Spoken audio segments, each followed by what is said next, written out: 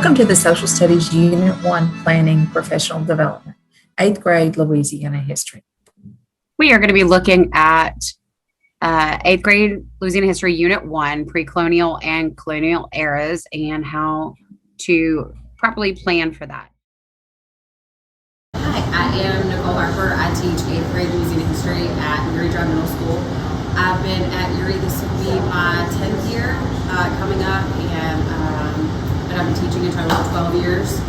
I absolutely love Louisiana History. When the job became available, I ran to the principal's office.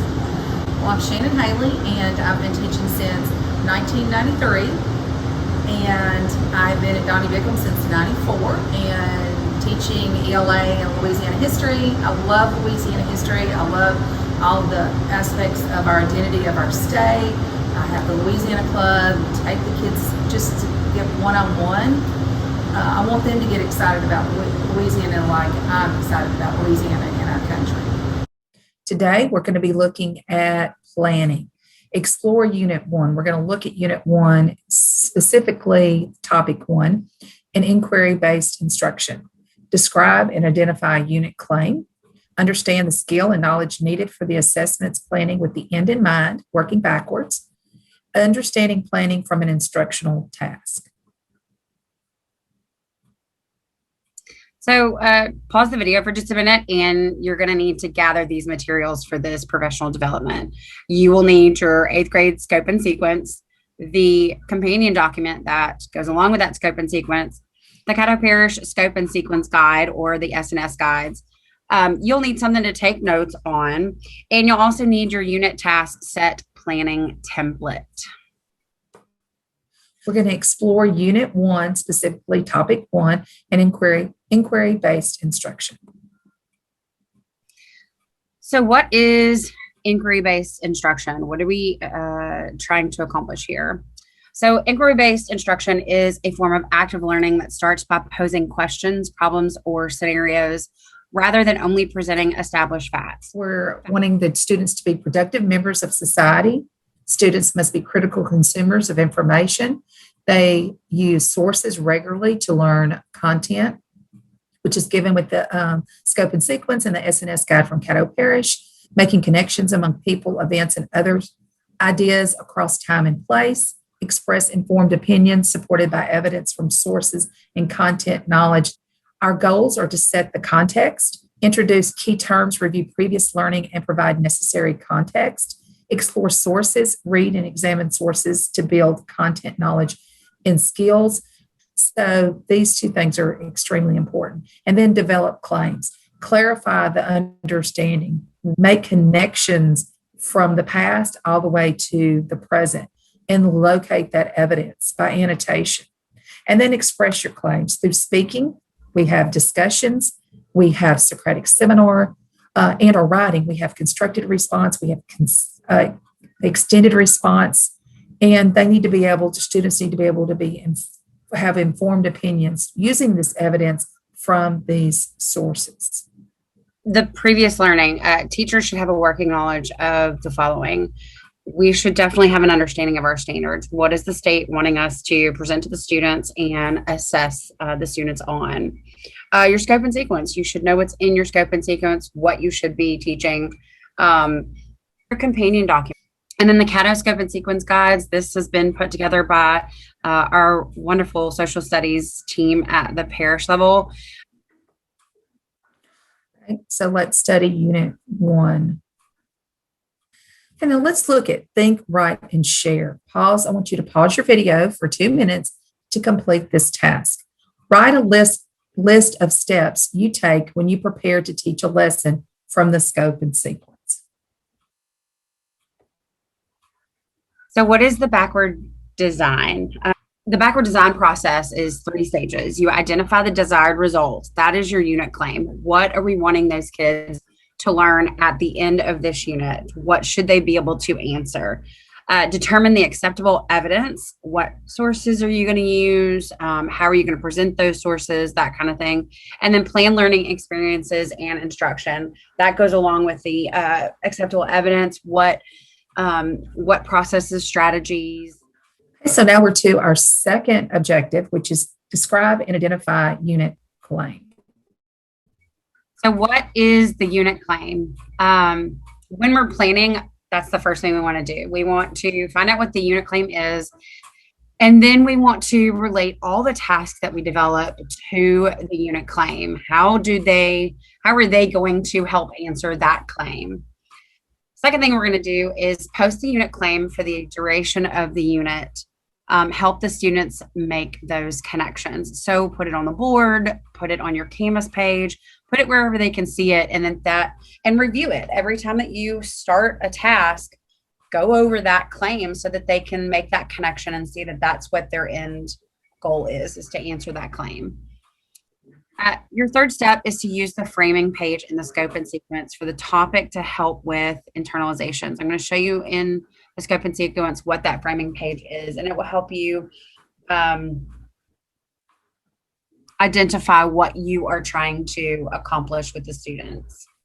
And then the last thing you're going to do is determine what the supporting questions are throughout the task to help the students build towards making that claim. And you can see we are on Unit 1, and we are going to start with Topic 1, Native American Settlements. So in social studies, this means students should build an understanding of content and then develop and express claims to demonstrate their understanding. And that's our goal here. Okay, so now we're on to our third objective in planning. So we're going to look at an 8th grade item set. It says, how does instruction focused on claims, inquiry-based instruction, help students gain deeper content knowledge, just not questions that recall questions, but we want those higher order questions. So you would scan an 8th grade item set. You would need to, what knowledge must these students have in order to master this assessment? So you're asking yourself, what do these students need in order to master, to answer this question correctly? Reflect how the item set reflects the shifts, sources, connections, informed opinions. And so here's one source 1, and if you see it's a map. And so the students will look at several maps throughout the year and pull in information using inferencing skills. And here you see that there's Mississippi River along with other rivers flowing into the Mississippi River. They have Poverty Point, and it shows that mica, copper, and setite all were going down to Poverty Point. We have source 2. It tells a little background about Poverty Point. They were hunter and gatherers. They lived year round in a settlement made up of C-shaped ridges, which the students will have learned previous that hunter and gatherers usually did not settle. They moved around in small groups. These ridges, they've made ridges that they've not been found anywhere else. They made 6 mounds. They were built for holding ceremonies, tracking stars, meeting places. And the students previous will have learned about why they think that these were used as ceremonies and what was so unique about these mounds. 3 of the mounds align with the North Star, which was often used for early people for traveling. And it has, once again, it has an image that shows them where the maps are, the ridges that they believe that they'll learn, that they live there, and then a plaza. And then we'll talk about what plazas are used for. And you see that the Mississippi River or the Ridge Macon was there, Mason was there. And then we have source 3, which is a map showing the Mississippi River in the location of Poverty Point, which is major to the geography of Poverty Point. And then you see you have your constructed response item. Based on the sources and your knowledge of social studies, what they previously learned when we were going through the topic, describe 2 ways archaeologists know Poverty Point was a major trade center. So they've got to use all these sources and everything that we've learned through our topic to answer this question. Inquiry through an instructional task. So in the old days, what we would do is just deliver basic content. Like I said earlier, you can see the 4 points here. It says content on Poverty Point. Poverty Point Indians located along the Mississippi River. They were hunter-gatherers. They built mounds, And then we know that artifacts were found at Poverty Point. But what questions can be answered with students only knowing these facts? Inquiry through an instructional task. Unit claim. For this unit claim, for Unit 1, it's what is the legacy of settlement and colonization on an area's identity? And looking back, things I'm going to put in here is that we're going to be using legacy and identity a lot throughout the year. So these are two words that you definitely need to, at the beginning of the unit, when at the beginning of the year, that you talk about what's a legacy and what does it mean about identity.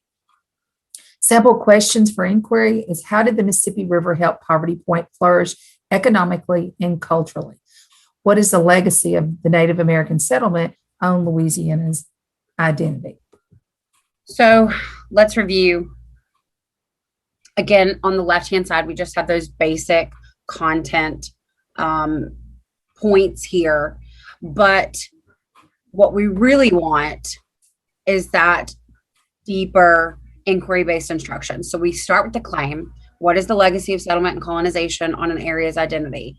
And if you look at the items underneath this question, look at how much more complex they are, how much more detailed they are. This is what we want the students to know. The one on the left are just the basics, but we get a little deeper when we do the inquiry-based instruction. So we want them to know that they were a thriving, complex society and a major trade center that deals with the geography and the economics. We want them to know that they are a hunter-gatherer society, but that they built a successful settlement. That was very unusual for Poverty Point. So we want them to know that. That makes them that advanced society, that they built mounds in very short periods of times, and that they had leadership roles, that there was some type of government there. The mounds were used for ceremonies. This is part of their religion. And so the students should be able to easily answer that claim question based on this content that we deliver, not just the basic content that we used to give. We're going to review the topic overview page for a list of assessments provided throughout the task and the culminating task. Determine the specific graphic organizer, writing activities, and discussion opportunities to use as a gauge toward understanding. Print discussion trackers. And then determine student look-fors. What do we want the students to pull out of these sources? What do we want them to know? Okay, so our last objective is understanding planning from an instructional task.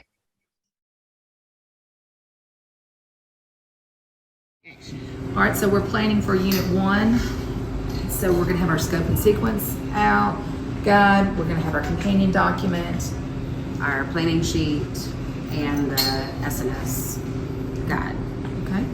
And so we're going to look, and our first topic is the Native American settlement. Right. So we're going to fill out the first of our template with Louisiana's identity. And this is Louisiana. Our topic is Native American settlement. First task. Our task is Poverty Point. So then we're going to look up in our GLEs, so then we're going to go through the companion document and pull out the ones that we need to Make sure we cover in this first unit. And we're going to number them. The first one, describe the features and characteristics of settlements. Analyze the contributions of Native Americans. Those definitely. Those will go in the next topic. We go down to 8.2. We're going to have number 3 would be analyze the role and importance of the Mississippi River. I want you to pause the video for just a minute and start making these connections. Looking at the social studies vision at the bottom, connect with the information you see on the arrow. How do they go together? So the first thing that we're going to look at, the express claims. We know that we have to start with the end in mind, which means start with the claim. How do we want the students to answer that claim? How are we going to assess them on that claim? And what are we going to teach them to get to that end result? So then we want to develop claims, clarify the understanding, making connections, locating evidence, and exploring sources. You've got to be able to go through those sources yourself and be able to understand what the students are going to pull out of those sources. I have on many occasions cut and pasted from these sources because they may not need the whole source. They may need the whole 2 pages.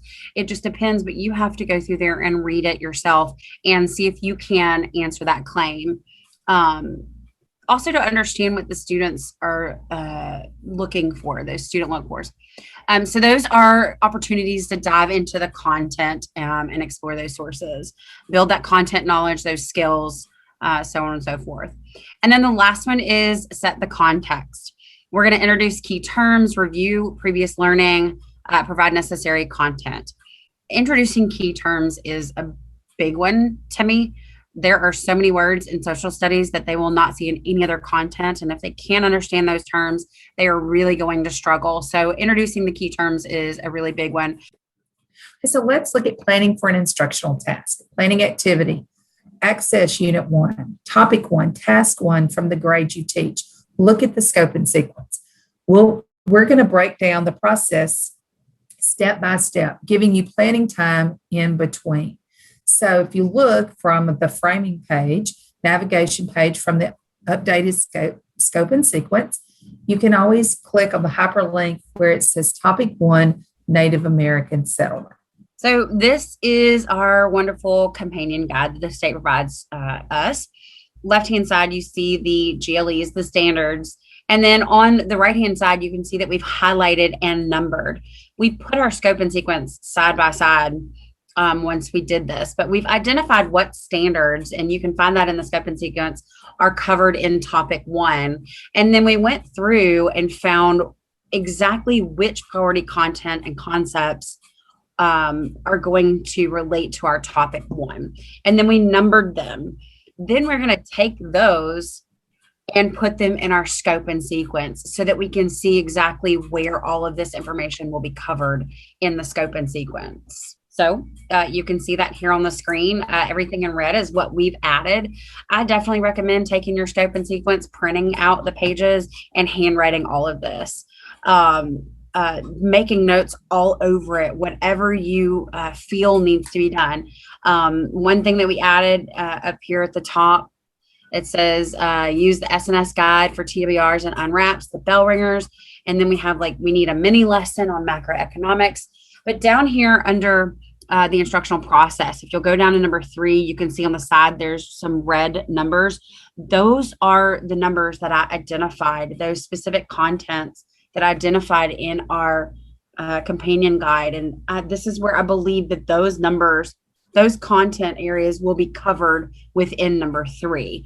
And so this just helps for us to see where, making sure that we are going to cover all of the content necessary and making sure that the students are going to be able to access this whenever they have to answer the unit claim. So using the companion documents with scope and sequence, review the companion document for the unit, review an instructional task from the scope and sequence, cross-check to see if all content from the companion document on the topic is covered, make notes on what to cut and what to supplement, and if needed, determine how to supplement. So this is your unit task set plan.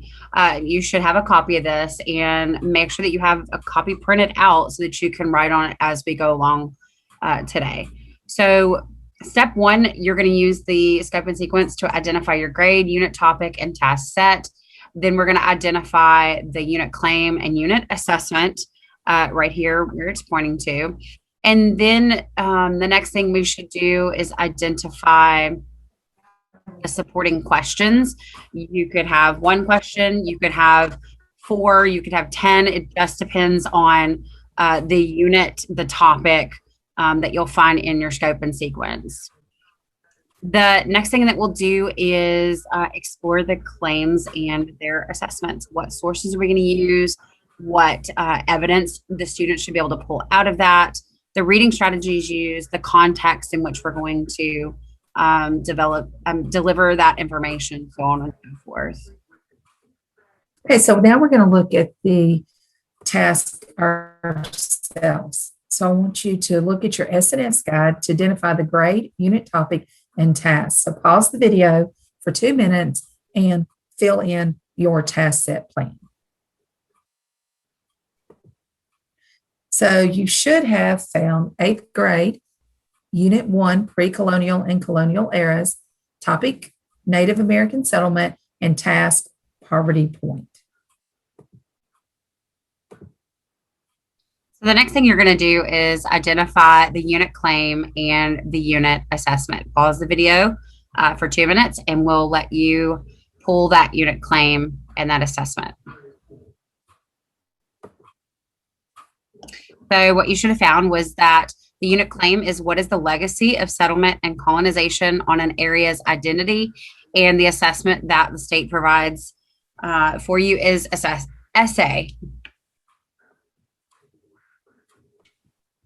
Okay, so now we're going to look at step 1C, identify task questions for inquiry and assessment. So pause your video for 2 minutes and complete this step.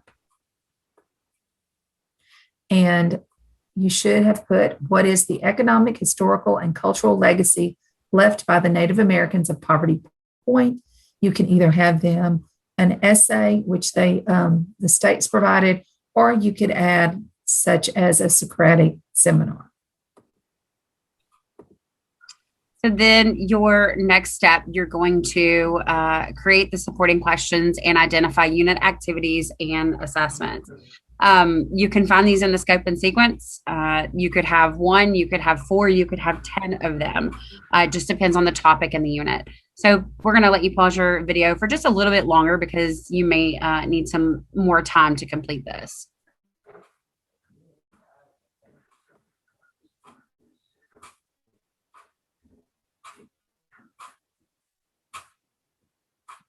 So then what you're going to find, there were only 2 supporting questions for this particular topic. So you have, how did the Mississippi help Poverty Point flourish economically and culturally, using a chart and discussion tracker?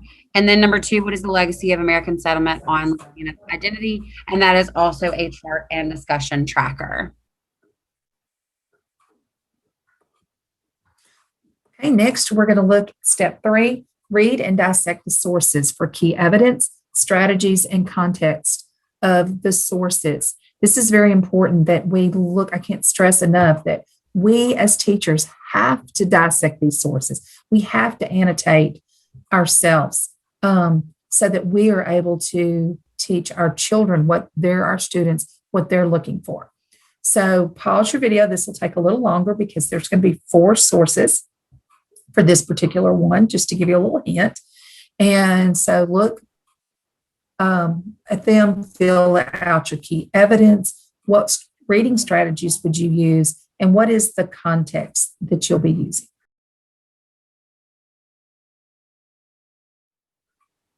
Okay, so first is location map of Poverty Point. Location, the key evidence is the location along the Mississippi River. Reading a map or reading strategy in the context, the location, the geography. What are we looking for here? Source. The next source is Mystery in Louisiana, Poverty Point. It's a video. The key evidence that we derive from it is they built massive earthworks in a short period of time. Religious, organized, social, they traded. Reading strategies, predictions, making inferences, summarizing, and explains how the Poverty Point Indians were a complex society. And so here we're looking at source 3, continued. We have origins of the city, Poverty Point video. Once again, there's a second video. Key evidence, located along the Mississippi River, built a major plaza for trading, had a dock, found mica, copper, and setite.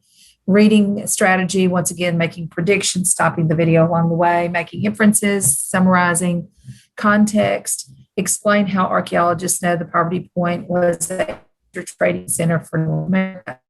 Then the state has provided us with 3 sets of sources that the students can use, and you can break them up into groups. The geographic historical characteristics, cultural characteristics, and economic characteristics.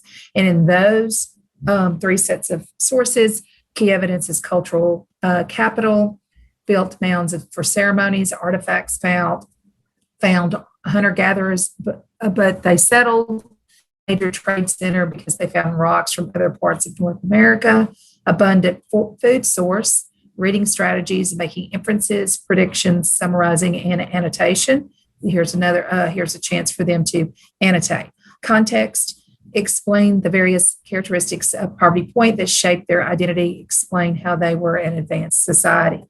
So, what information will the sources provide to help students make and support their claim?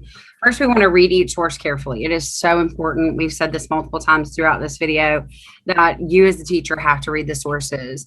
You want to note the evidence students could use to support a claim. The second thing is determine the best strategy that students will use. And the next thing is to provide context background knowledge for complex concepts. And then the last thing is determine how students will access the sources. And then we're going back to the final step on step 4 of our unit task set plan. What information needs to be supplemented, strategies for teaching content and key vocabulary needed. Pause the video for 5 minutes and complete this step, looking through your scope and sequence and your companion document. Introduce unit by discussing the importance of the Mississippi River, discuss physical geography of Louisiana and its effects on our state, discuss what identity of a people, society, state, etc. means. Method for teaching. Also, you could go into going through economics and government, a little bit of that. Method of teaching, review content, map and discussion, the bell ringers, the unwraps, the TWRs that are provided in the Caddo Parish scope and sequence. Key terms to introduce before engaging in the task. These are some that I use. And then the method of giving or introducing these words. You can use discussion. You can use a word wall. You can use Quizlet. Quizlet's a great source to use. So what context do I need to provide so that my students can engage with the source? So 4 steps here again, determine how you will deliver the content to engage the students. And then set up the source so the students can get the key points from the source. Determine the pacing and break the task into daily lessons to meet the students' needs. And then plan intros and closings to include with daily lessons. The intros, I can tell you with the Caddo Parish SNS guide, they have the TWRs and the unwraps provided for you. So these are really good bell ringers to use. Useful instructional planning hints.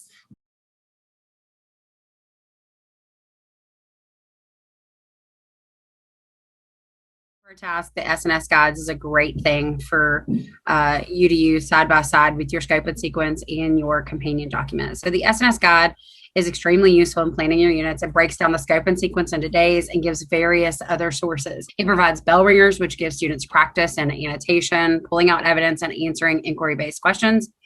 The TWRs are helpful in providing ways to assess students' knowledge of the topic, review of a topic, and writing practice. And you can find the 8th grade SNS guide on the secondary social studies Canvas course page, and it's at the bottom of that home page. This is where you can find your scope and sequence for the Caddo Parish. If you go to the secondary social studies Canvas page that Ms. Phillips has made, and if you go down at the very bottom, you can click on 8th grade social studies, and it brings you up to this, Louisiana history, and Ms. Phillips has put in your scope and sequence, your SNS guide unit 1, your GLEs, your companion document, your pacing guide, your key themes, assessment guide, student 1 learning packet, your unit 2, and so forth, as you see, worksheets for unit 1 and so forth. So we've got all the way up to unit 6. So this is where you can find all of your information. But today we're just looking at unit 1. And if we were wanting to plan, we would be able to click on any of these. And here is your unit 1. It's broke down into, you have a table of contents. You have a pacing guide. Then you have your your pacing guide here on specific dates. We put day 1, day 2. We didn't say dates because people get off. And as you see, we have things hyperlinked here. So you can sit here and plan what you want. There's TWRs specifically to that specific topic. There's questions that are from the scope and sequence that have been added here so that you can add them to your Canvas page, your templates, your TWR templates there. Just various items that you can find and go through to plan. I think it's really helpful that they have all of this in one location. All of the hyperlinks were really helpful. All of the resources, the sources, and especially the TWRs, those were really helpful. I felt like they did a really good job of putting all of those together, and they were really good for the students to practice that writing. And you go through and there's the unwraps, and then you have the TWRs that go along with that. This is great to teach them how to annotate and so forth. So your next steps, continue the process, attend upcoming trainings, and check Social Studies Canvas for updates. If you have any questions, we have Ms. Chandra Phillips, our Fearless Leaders email and phone number. Thank you for attending.